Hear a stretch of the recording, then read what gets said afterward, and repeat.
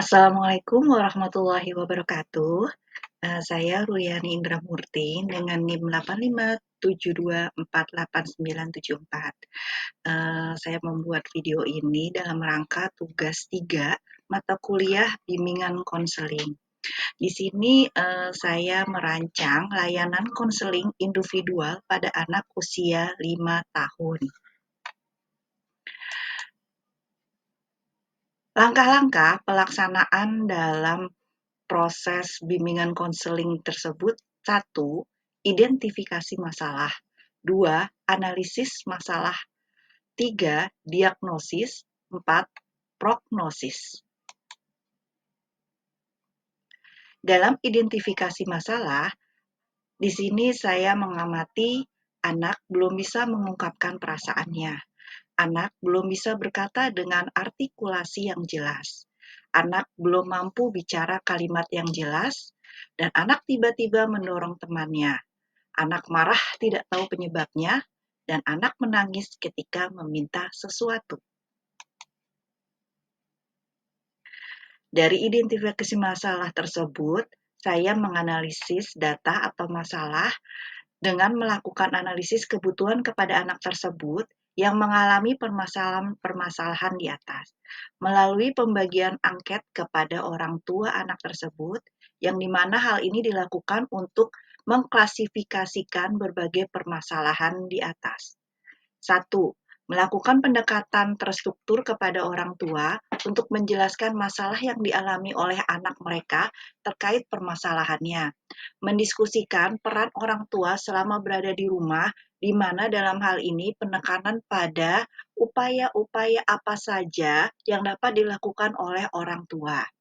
Yang ketiga, menyepakati tindakan yang akan dilakukan oleh guru terhadap anak untuk membantu menyelesaikan masalah tersebut.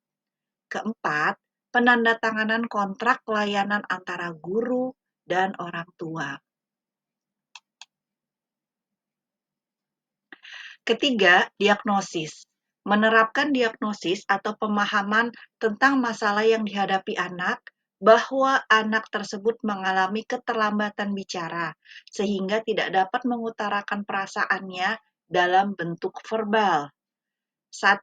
Strategi yang digunakan guru untuk menangani anak pada tahap ini dilakukan analisis kebutuhan kepada anak-anak yang mengalami keterlambatan bicara melalui pembagian angket. Pembagian angket kepada orang tua tersebut, yang mana hal ini dilakukan untuk mengklasifikasikan mengklasifikasikan posisi keterlambatan bicara yang dialami oleh anak atau speech delay, fungsional atau non-fungsional. Yang kedua, koordinasi dengan orang tua. Pada tahapan ini dilakukan pendekatan terstruktur kepada orang tua untuk menjelaskan masalah yang dialami oleh anak mereka terkait dengan keterlambatan bicara. Mendiskusikan peran orang tua selama berada di rumah, yang dimana dalam hal ini penekanan pada upaya-upaya apa saja yang dapat dilakukan oleh orang tua. Selanjutnya, menyepakati tindakan yang akan dilakukan oleh guru terhadap anak untuk membantu menyelesaikan masalah keterlambatan bicara anak. Selanjutnya, penandatanganan kontrak layanan antara guru dan orang tua. Yang terakhir adalah prognosis. Membangun hubungan baik dengan anak yang mengalami keterlambatan bicara.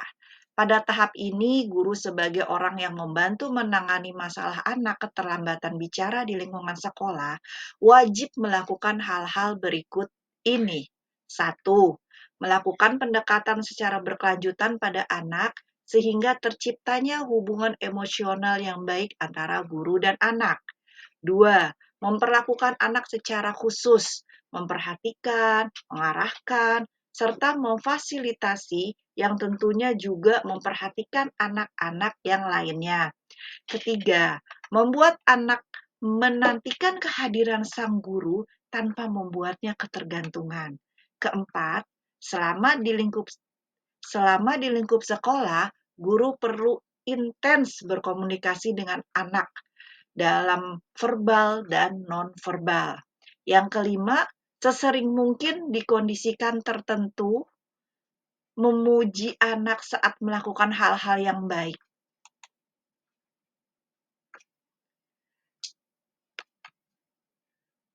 Membantu hubungan baik dengan orang tua anak yang mengalami keterlambatan bicara.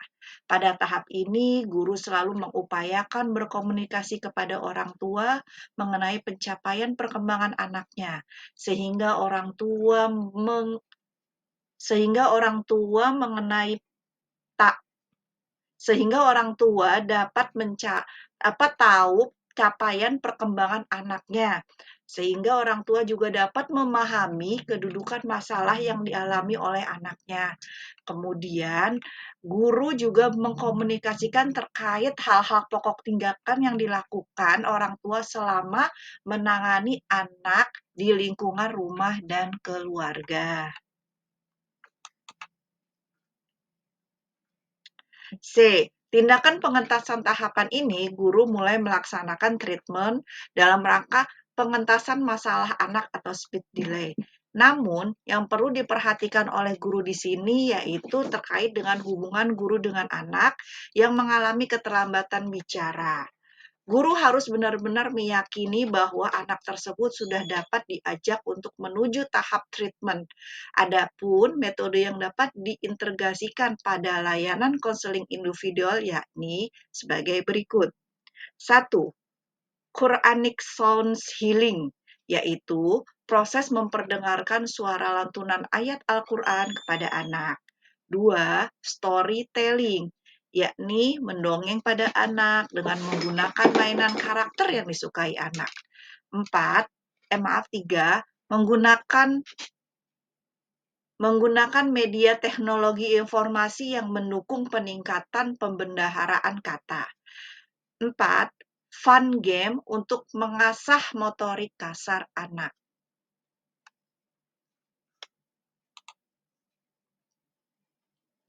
D. Intervensi dan tindak lanjut. Melaksanakan rencana intervensi yang telah dirancang yang mungkin mencakup sesi konseling, pendekatan terapi tertentu, atau program dukungan khusus. 2. Terus memantau perkembangan siswa selama sesi konseling, menilai apakah ada perubahan positif, atau apakah rencana intervensi perlu dilakukan dan disesuaikan. Yang ketiga, mengkomunikasikan dan berkolaborasi dengan orang tua atau wali siswa untuk mendukung perkembangan anak di rumah.